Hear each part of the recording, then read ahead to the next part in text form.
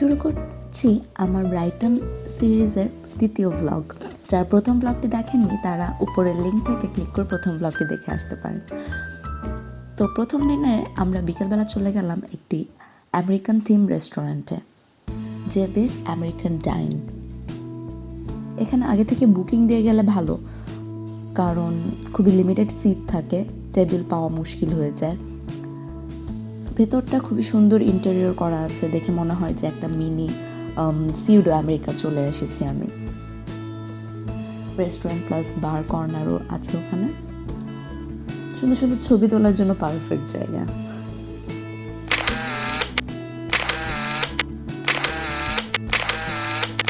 এরপর আমরা হাঁটতে লাগলাম ব্রাইটনের বিচ ঘেরে। উপরে যে লম্বা টাওয়ারটা দেখা যাচ্ছে সেটা হচ্ছে ব্রিটিশ এয়ারওয়েজের i360। এখানে আমরা যাবো আর কিছুক্ষণ পর। বিকেলটা আমরা এই সি বিচে আশেপাশে এনজয় করে নিলাম।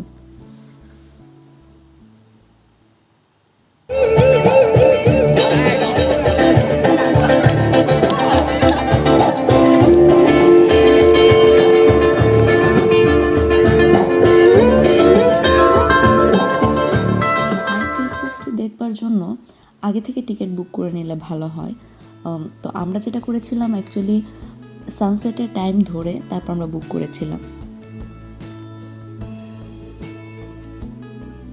কিন্তু আমরা লেট হওয়ার কারণে ওই রাইডটা মিস হয়ে যায়, তাই আমরা পরবর্তী রাইডে যাই।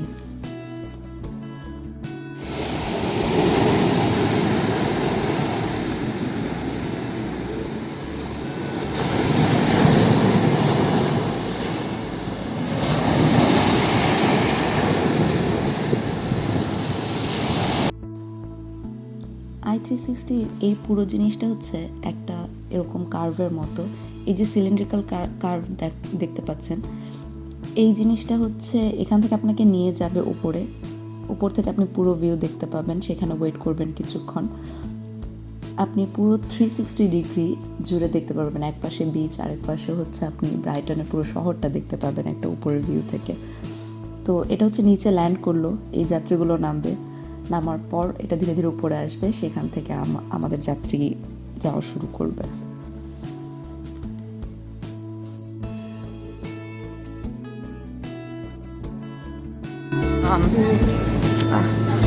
That time was the perfect. Oh. We missed it. But we still have it. Yeah, it's still not dark, so I guess yeah. Thank God it's not too dark.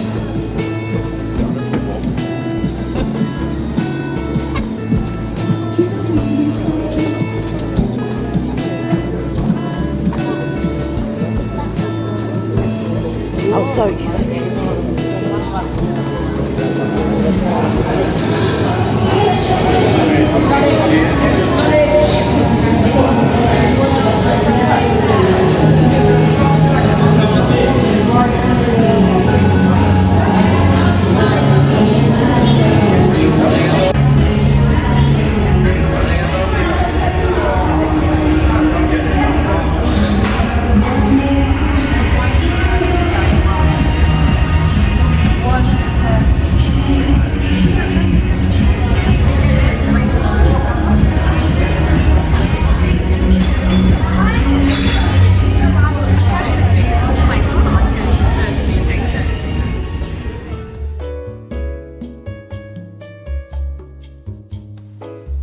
পুরো স্পেসটাই হচ্ছে গ্লাস দিয়ে ঘেরা করা, সুতরাং আপনি খুব সুন্দর একটা মনোরম দৃশ্য দেখতে পাবেন। এই কর্নারে অ্যাকচুয়ালি সূর্যাস্তের দৃশ্য দেখা যেত, যেটা আমরা মিস করে ফেলেছি অলরেডি।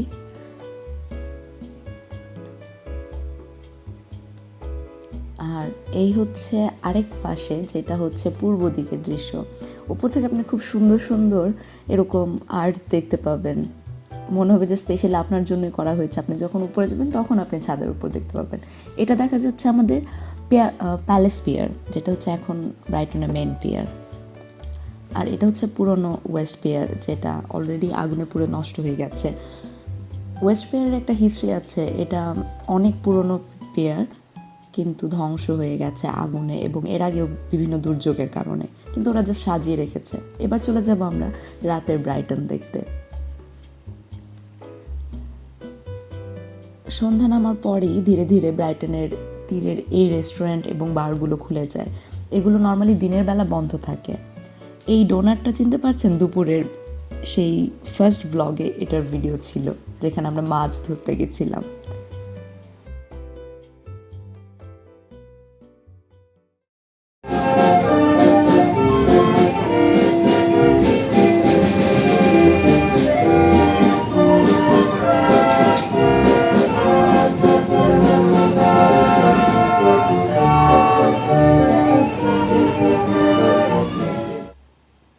হাঁটতে হাঁটতে চলে এসেছি আমরা প্যালেস পিয়ারে, যেটা হচ্ছে ব্রাইটনের মেইন পিয়ার বলা যায়।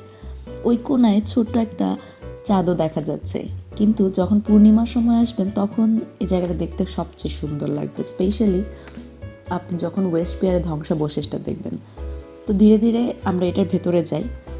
এখানে পুরোটা জুড়ে হচ্ছে গেমিং জোন আছে, বিভিন্ন ধরনের গেমিং জোন। আপনি একদম বাচ্চাদের থেকে ধরে বড়দের বয়সী পর্যন্ত সবার খেলার জন্য সুযোগ আছে।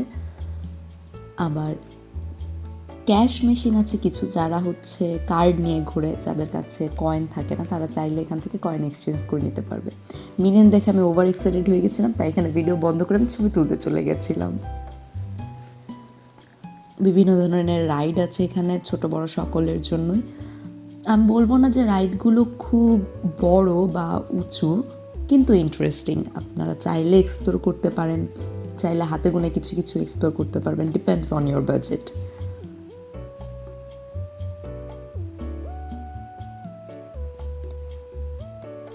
এই পিয়ারের একটা ইন্টারেস্টিং জিনিস হচ্ছে এখানে স্মোকিং কমপ্লিটলি প্রোহিবিটেড, কারণ ওয়েস্ট পিয়ারে আগুন লাগার কাহিনীর পর থেকে, কারণ এই পিয়ারগুলো অ্যাকচুয়ালি তৈরি হয় কাঠের উপরে, মানে আপনার বেস থাকবে সিমেন্টের, কিন্তু এর উপরে হচ্ছে কাঠের বেস দিয়ে তৈরি করা হয়।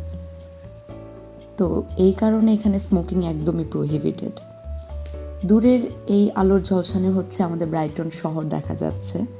তো এখান থেকে দেখলে বোঝা যায় পিয়ারের লাস্ট মাথাটা ঠিক সমুদ্রের কতটা, তীর থেকে কতটা দূরে চলে এসেছে। সবশেষে আমরা ম্যাকডোনাল্ডস থেকে কিছু খাবার কিনে এনে খাওয়া দাওয়ার পর এখানে এসে বসে আমাদের প্রথম দিন শেষ করলাম, সেই চাঁদ এবং ওয়েস্ট পিয়ারে ধ্বংসাবশেষের সুন্দর সিনারিওর সাথে। তবে পূর্ণিমার সময় এলে সত্যি ওয়েস্ট পিয়ার আরও সুন্দর লাগবে। এই ভিডিও দেখে নিশ্চয়ই আপনারা বুঝতে পারছেন। আমার পরবর্তী ভিডিও সেকেন্ড দিনের এক্সপিরিয়েন্স নিয়ে।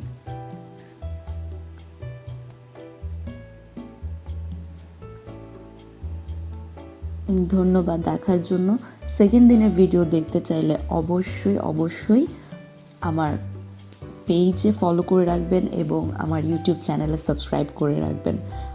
আর যদি আমাকে সরাসরি মেসেজ করতে চান তাহলে আমার ইনস্টাগ্রাম কিংবা ফেসবুক পেজে মেসেজ দিলে আমি রিপ্লাই দেব অবশ্যই, নিজের সুবিধা মতো সময় বুঝে। দেখা হচ্ছে নতুন ভিডিওতে।